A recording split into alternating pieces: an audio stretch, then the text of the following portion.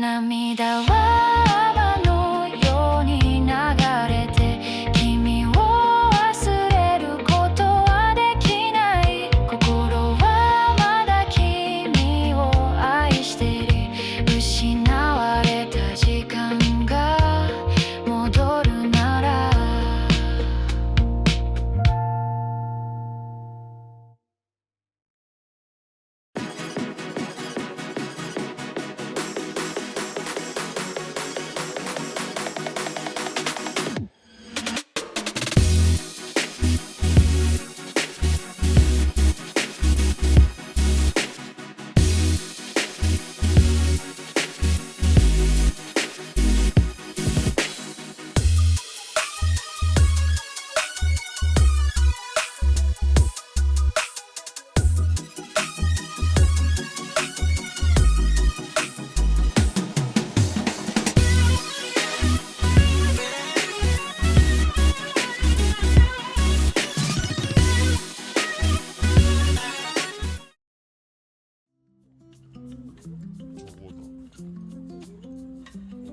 오늘과 내일 렌터카를 빌려 섬 이곳저곳을 돌아다녀 볼까 합니다.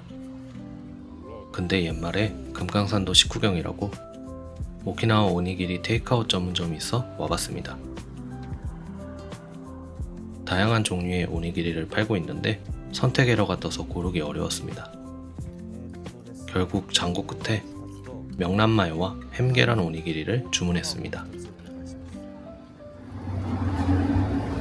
오키나와도 스팸, 미군 때문에 스팸이 유명합니다. 이곳 오키나와 지역에서나 한국에서나 스팸은 사랑인 것 같습니다. 아침 먹을 생각에 또 기분 좋아진 그녀입니다. 이 호텔이 좋은 게 언제든 커피를 마실 수가 있다는 것입니다. 그럼 시원한 커피와 함께 저희가 한번 먹어보도록 하겠습니다. 오키나와 오니기리의 맛은 여러분이 상상하는 그 맛의 조합입니다. 하지만 여전히 바삭한 김에 쌓인 뜨끈한 흰 쌀밥에 짭조름한 스팸과 짭짤고소한 명란마요가 폭신하고 부드러운 맛의 계란과 조화를 이뤄 극강의 오니기리 맛을 선물해줍니다. 너무나도 만족스러운 아침 식사를 마치고 호텔 근처에 예약해둔 렌터카 사무실로 찾아갑니다. 저희는 오늘과 내일 총 이틀을 빌릴 예정이고 둘이서만 다니기 때문에 굳이 큰 차가 필요 없어 경차를 선택했습니다. 직원분께 설명을 듣고 차를 보러 갑니다. 참고로 차를 반납할 때 렌터카 회사 주차장에 주차 후 키를 사무실 우체통에 넣고 연락을 남기면 된다고 합니다. 라인으로도 연락을 받는다고 하네요. 어떤 차를 배정해줄지 궁금했는데 운 좋게도 제가 좋아하는 파란 계열의 평소 타보고 싶었던 혼다의 엠박스가 당첨되었습니다. 차를 갖고 나가기 전 외관을 꼼꼼히 살펴봐 줍니다. 다행히 새 차처럼 흠집 하나 없었습니다. 차에 탑승해 마지막으로 설명을 듣습니다.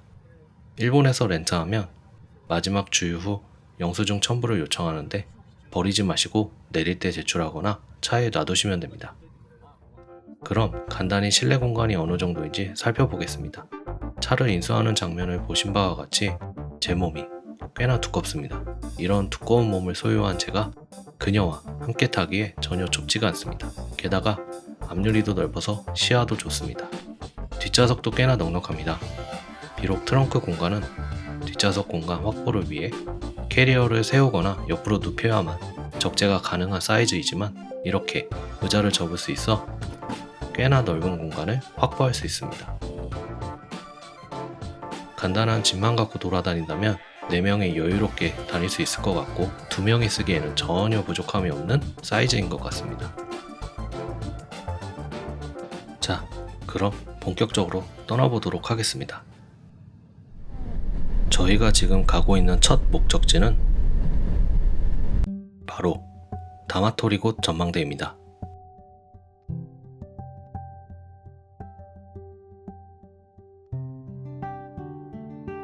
다마토리곳 전망대는 이시가키 북부에 위치하고 있습니다. 저희가 있는 시내에서는 차로 약 3-40분 정도 걸렸습니다. 이곳 전망대에서는 섬의 동쪽 바다인 태평양과 서쪽 바다인 동중국해를 동시에 볼 수가 있습니다.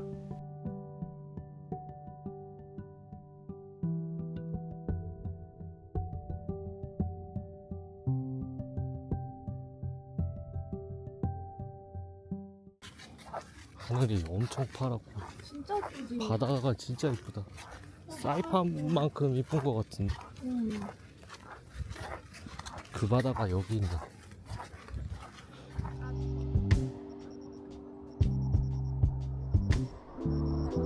진짜 색깔 너무 예뻐. 그렇습니다.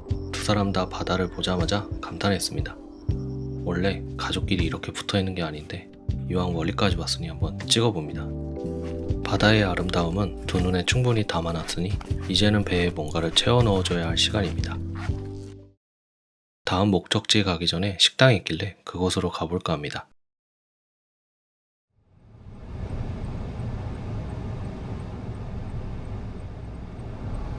근데 그 오토바이 타도 기분 좋긴 했겠다. 차가 없. 키친 이바루마라는 식당 겸 카페입니다. 다마토리고 전망대 근처길래 와봤습니다. 식사 주 메뉴가 소고기 덮밥인데 로스트 비프 덮밥과 소고기 조림 덮밥을 주문했습니다.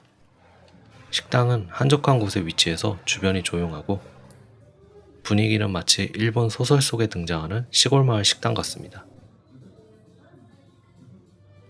드디어 주문한 음식이 나왔습니다. 보기만 해도 깔끔한 맛이 날 것 같습니다. 로스트 비프 덮밥은 담백하면서도 깔끔한 맛입니다. 반숙 계란에 고기를 찍어 먹으면 고소함이 증가합니다. 반면 소고기 조림 덮밥은 소갈비찜 맛과 유사해서 맛있을 수밖에 없는 맛입니다. 별 기대하지 않고 왔는데 너무 맛있어서 감탄 중입니다. 참고로 이곳에서 판매 중인 소고기 덮밥과 파인애플 스무디는 자가 목장에서 직접 키운 소와 파인애플로 제공한다고 합니다. 그래서 이곳은 저희가 감히 추천할 수 있는 식당인 것 같습니다. 점심도 아주 만족스럽게 마치고 두 번째 목적지로 와봤습니다. 이곳은 이시가키 섬의 최북단인 히라쿠보고 등대입니다. 이시가키 섬의 최북단으로서 그 앞에 펼쳐진 넓고 푸른 바다와 섬의 전체적인 모습을 한눈에 볼 수 있습니다. 이곳 또한 바다가 너무 아름답습니다. 산호가 있는 곳과 없는 곳의 물 색깔이 극명해서 마치 한 폭의 그림을 보는 것만 같습니다.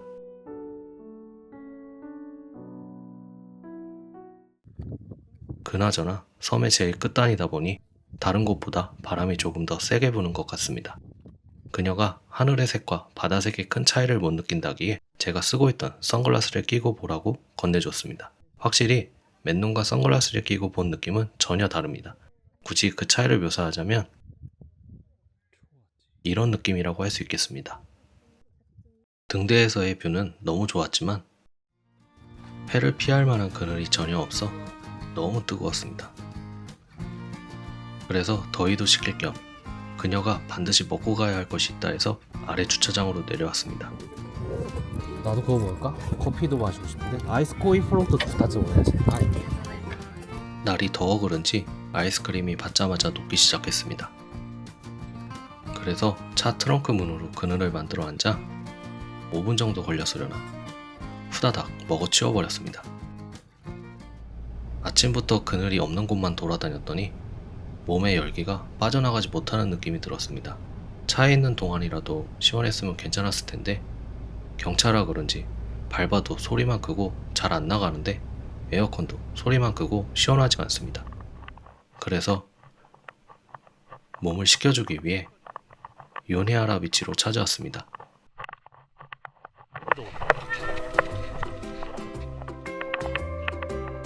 사실 무작정 찾아온 것은 아니고 물때를 찾아보고 시간 맞춰 왔습니다. 하지만 조금 일찍 왔는지 도착 초반에는 수심이 얕았습니다. 해변 가까이는 수심도 얕고 바닷물이 마치 목욕탕의 온탕과 같은 온도라서 저는 조금 더 시원하고 깊은 곳에서 놀기 위해 수많은 산호군락을 뚫고 먼 곳을 향해 갔습니다. 산호가 너무 많아 걷기가 무척 힘들었지만 시원하고 깊은 물에서 놀기 위한 집념 하나로 열심히 걸어 나갔습니다. 그래서 결국 원하는 장소까지 오게 되었습니다. 하지만 입수를 하려는 순간 주머니에서 무언가 만져져서 확인해보니 차키가 들어있던 곳이었습니다. 결국 다시 돌아갔습니다. 그래도 왔다 갔다 30분 정도 걸렸는데 그 사이 물이 꽤나 많이 차올랐습니다. 그래서 그냥 다시 가는 걸 포기하고 그녀와 함께 해변 앞에서 놀기 시작했습니다. 그나저나 해변 앞이라 사람이 많은데도 불구하고 여러 종류의 물고기가 많이 보였습니다. 개 중에는 맛있어 보이는 물고기도 보였습니다. 그리고 특히 파란색 물고기가 가장 많이 보였는데 편집하며 찾아보니 블루담셀이라고 부르는 물고기라고 합니다. 이 파란 물고기들은 아무리 가까이 다가가도 잘 도망가질 않습니다. 그래서 스노클링이 더 재밌습니다. 재밌게 놀다 보니 어느새 석양이 지고 있어 아쉬움을 뒤로하고 돌아갑니다. 알차게 보낸 오늘 하루를 더욱 알차게 마무리하기 위해 돈키호테로 왔습니다.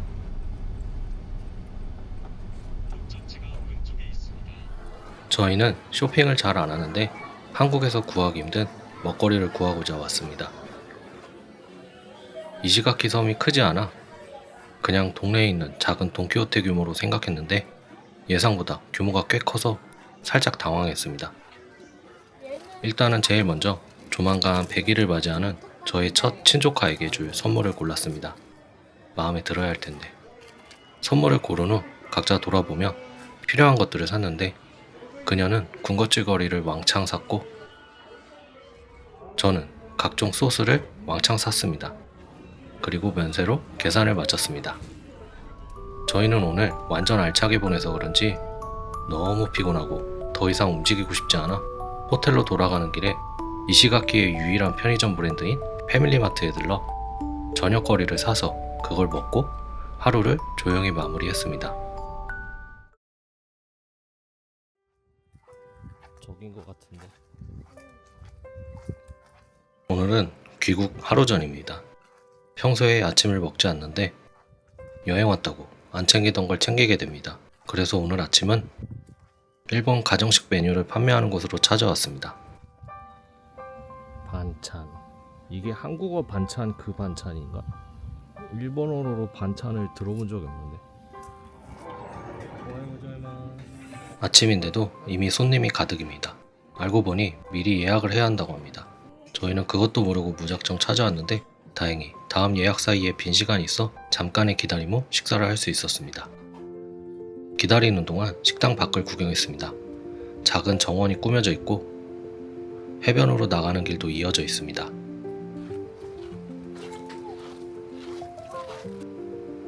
식당 뒤에는 시라오 해변이 있어 둘러보기 딱 좋습니다.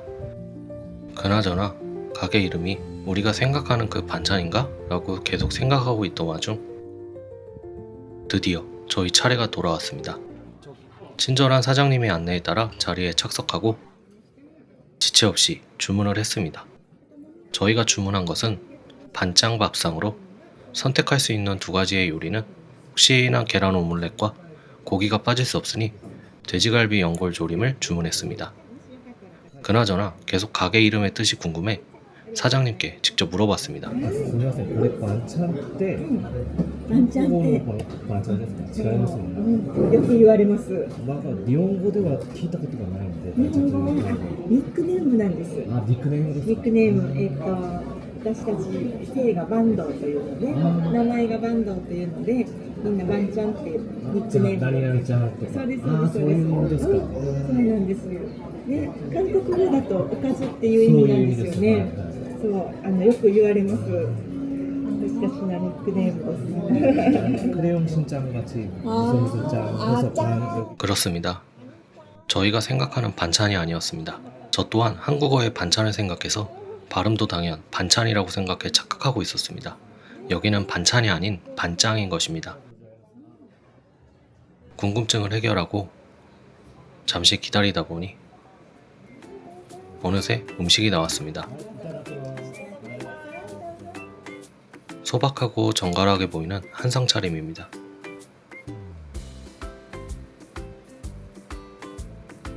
반찬 밥상의 메뉴 구성은 선택한 메인 요리 2가지와 야채로 만든 밑반찬 3개, 그리고 뜨끈한 국물 하나로 구성되어 있습니다.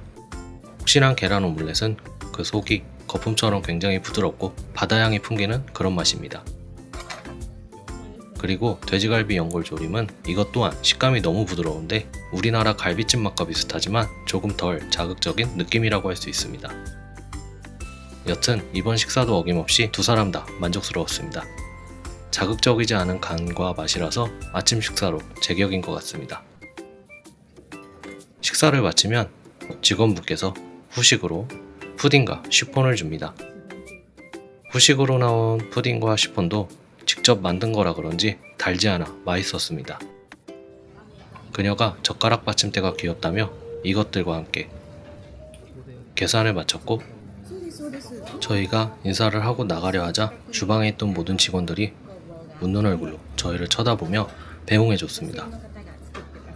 기억에 남는 기분 좋은 헤어짐인 것 같습니다. 여사장님께서는 저희를 배웅해주기 위해 문 앞까지 나오셨는데 가게 주변을 배경으로 추억까지 남겨주셨습니다. 반짱은 앞으로 기분 좋게 맛있는 식당으로 기억될 것 같습니다. 귀국 전날이라 미처 가보지 못한 곳들을 가보려 서둘러 찾아왔습니다.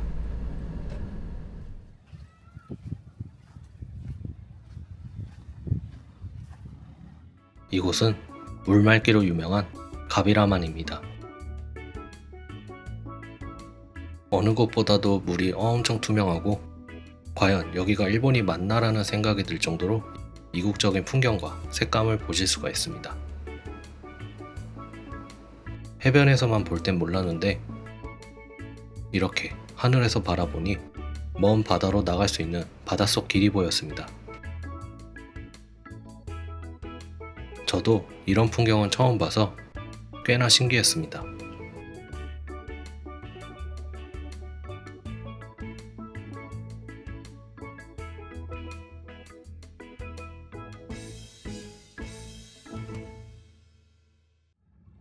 가비라만의 햇살은 너무 뜨거웠지만 보이는 시야만큼은 시원했습니다. 물도 너무 투명해서 들어가 보고 싶었지만 가비라만은 조류가 너무 빨라 수영을 포함한 카약이나 카누, 그리고 패들보드와 같은 수상 액티비티가 금지되어 있습니다. 그래서 가비라만을 제대로 즐기려면 화면으로 보시는 것과 같이 유리바닥으로 되어 있는 배를 타고 투어를 하시면 됩니다. 저희는 딱히 타고 싶은 생각이 없어 그냥 발만 살짝 담궈봤습니다. 땡볕에 있어 너무 뜨거워 자리를 옮겨봤습니다. 그녀 말로는 이곳이 포토스팟이라고 합니다. 사진을 다 찍으니 그녀가 또 뭘 꼭 먹어야 된다며 어느 가게로 끌고 왔습니다. 가게로 다가갈수록 고소한 냄새가 나는데 어디선가 맡아본 냄새였습니다. 저희가 사 먹으려는 것은 오키나와 전통 과자인 사타한다기인데 직원분께 물어보니 도너츠라고 합니다. 그래서 어쩐지 어디서 많이 맡아본 냄새 같았습니다. 모양은 다르지만 우리나라 도나스 같아 보입니다. 맛을 보니 우리가 집에서 흔히 만들어 먹던 도나스 그 맛 그 자체입니다. 왜 도넛 설탕 뿌리기 전에 그 느낌 냄새인데? 근데 맛도 그걸 것 같아. 야무지게도 챙겨 먹는 그녀입니다. 다음 장소로는 야이마무라라는 민속 테마파크에 왔습니다. 이곳에 온 목적은 오키나와 지역의 역사나 옛 모습 등을 샅샅이 살펴보고자 하는 것이 아닌 바로 이 작고 소중한 원숭이를 만나기 위해서입니다. 왜 원숭이를 여기서 키우는지 모르겠지만 엄청 인기가 많습니다. 관람객이 전부 여기로 온 것 같습니다. 관리자의 말에 따르면 이곳에 약 7, 80마리가 생활하고 있다고 합니다. 너무 더워서 수건을 두르고 있었는데 그게 신기한지 계속 저에게 찾아옵니다. 그거 아니야. 사료를 판다길래 그걸로 녀석들을 꼬셔 이 구역의 원숭이 왕이 되려 했지만 판매 시간이 지나 실패. 사육사가 제가 상상하던 모습을 보여줍니다. 내가 했어야 했는데. 이 녀석들이 도대체 얼마나 귀엽길래 이 먼 이시가키까지 와서 만나려 하는지 잠시 보고 가겠습니다.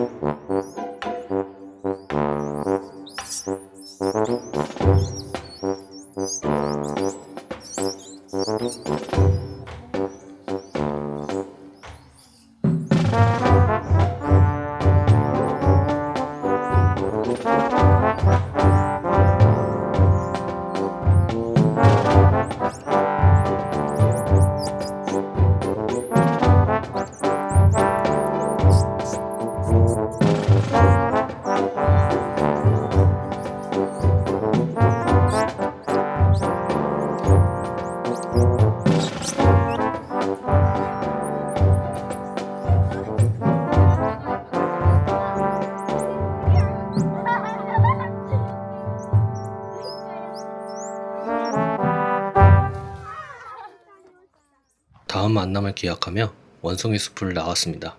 올리비아. 그녀에게 더 안 둘러봐도 되냐고 물어보니 오직 원숭이를 보기 위해 왔다며 저렇게 만질 수 있고 막 앵기는 애들 본 적 있어 없어? 2만 원이 아까워?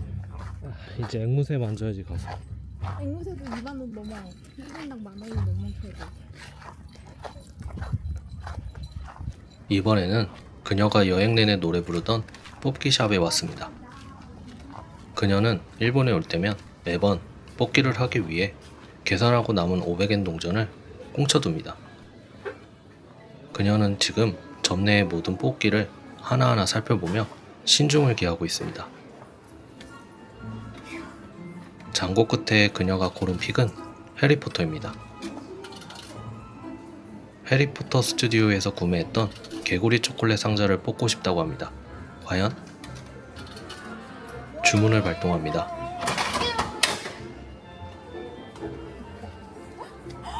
아무래도 주문이 먹힌 것 같습니다. 한 번에 나와서 다행입니다. 뽑기라면 그냥 지나치지 않는 그녀지만 본인만의 기준을 세워 항상 신중에 신중을 더해 선택합니다. 그녀는 신념 있는 여자입니다. 성공적인 뽑기를 마치고 숙소에서 해피아워로 제공되는 술과 함께 먹을 회를 사기 위해 뽑기샵 옆에 있는 마트로 왔습니다. 여러 종류의 회가 있었는데 저희는 다양한 맛을 보고자 모든 회를 골랐습니다. 서둘러 차를 반납했고 후다닥 짐을 풀고 내려와 신선한 회와 함께 목을 죽이며 간단히 배를 채웠습니다. 그리고 곧장 나와 또 다른 메뉴를 향해 찾아가고 있습니다. 이시가키에서의 마지막 밤을 아름답게 마무리하기 위해 닭꼬치 가게를 선택했습니다.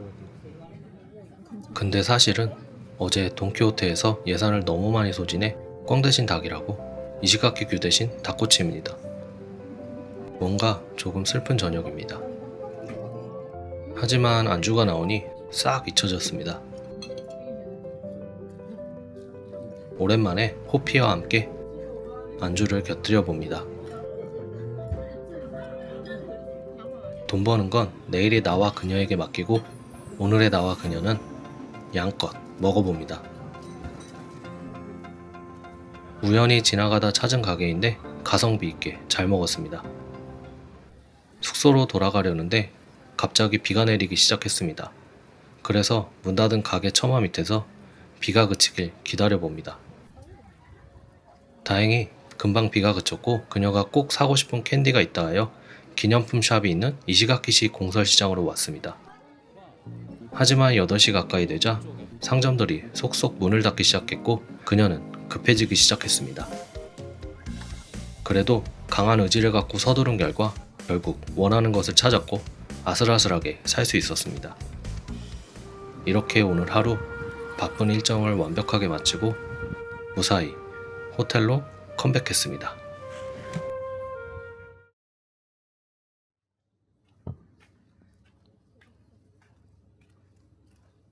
생각해보니 이 호텔의 이름이 아침 식사입니다.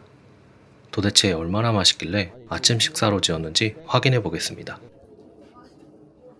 각종 샐러드를 시작으로 된장국, 카레, 밥, 다양한 요리와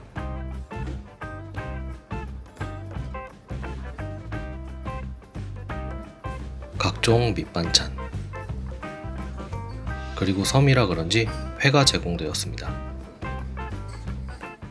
일단 메뉴 스캔을 끝내고 본격적인 식사를 시작했습니다. 오늘 비행기 출발 시각이 13시라서 점심 식사할 시간이 애매하다는 판단에 저녁까지 안 먹을 생각으로 몇 번이나 왔다 갔다 하며 배를 채워나갔습니다. 마지막까지 최선을 다했습니다. 진짜 마지막으로 매일 먹겠다고 다짐했던 이거는 매일 하나씩 먹어야 될 것 같은데. 이 녀석을 어제 저녁에 사놨기 때문에 이것으로 여행의 마무리를 장식합니다. 하지만 너무 많이 먹어 죄지은 느낌이라 마지막으로 호텔 주변을 산책하고 버스를 타고 공항으로 가봅니다. 깔끔하게 체크인을 마치고 공항에 뭐가 있는지 어슬렁어슬렁 돌아다녀 봅니다. 입국대는 나가기 바빠 살펴보진 않았는데 지금 보니 카페나 푸드코트 그리고 기념품 가게가 몇 개 있습니다. 참고로 2층에 입국장으로 들어가면 기념품 샵 한 곳 외에는 식당이나 면세점이 없습니다. 마지막으로 그녀가 여행 내내 그렇게 찾아 헤매던 태닝키티 관련 상품을 이곳 공항에서 발견했습니다. 서둘러 구매 후 한국을 향해 출발합니다. 그리고 입국대처럼 출국도 시간이 걸리니 여유를 두시는 편이 좋습니다. 그럼 저희는 아직 기약할 순 없지만 내일의 저와 그녀가 얼른 여행 자금을 모아 다음 여행지에서 찾아뵙도록 하겠습니다. この番組はご覧のスポンサーの提供でお送りします。